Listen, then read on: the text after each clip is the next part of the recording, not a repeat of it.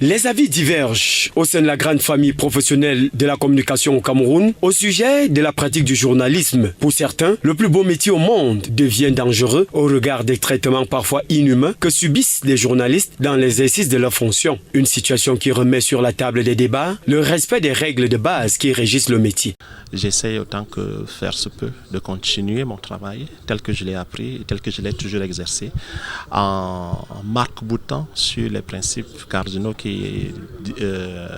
gouvernent ce métier, à savoir lorsqu'on a une information, la recouper, la vérifier, la traiter de manière équilibrée. Donc, à partir du moment où je pense, ça ne c'est pas suffisant, mais je pense que c'est des balises qui peuvent permettre quand même de continuer de pratiquer ce métier-là, en prenant le moins de risques possible, évidemment. Pour mon cas personnel, la prise de conscience de ce qu'il y a des limites aussi à ne jamais franchir. Il y a également un type de connivence à ne pas toujours souhaiter, à ne pas toujours initier. C'est vrai que le métier de journaliste nous amène à faire des rencontres chaque jour, nous donne l'opportunité ou le privilège d'avoir dans notre proximité ou notre entourage professionnel un type de personnalités qui parfois sont à des milieux très importants de prise de décision de la République.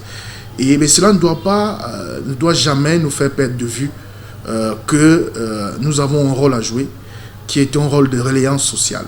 D'autres intrépides, par contre, ne fléchissent pas face aux intimidations et promesses désobligeantes. La dénonciation à ciel ouvert, des mots qui minent notre société parfois au péril de leur vie, restent leur leitmotiv. Le cas Martinez-Zogo en est une parfaite illustration. L'animateur vedette de la radio Amplitude FM reste un exemple de courage à suivre pour les adeptes du journalisme d'investigation. Au-delà du poids de l'émotion et de la douleur, il faut rester debout.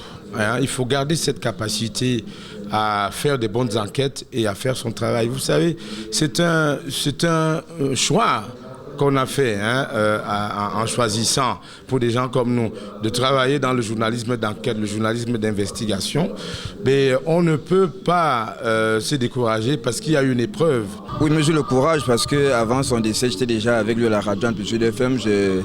J'avais une autre émission qu'il avait créée samedi matin entre 8h et 10h. Donc il m'a encadré, il m'a donné des orientations, comment travailler. Toutefois, soutiennent certains professionnels, la pratique du journalisme doit répondre aux canaux qui encadrent le métier en toutes circonstances et en tout temps.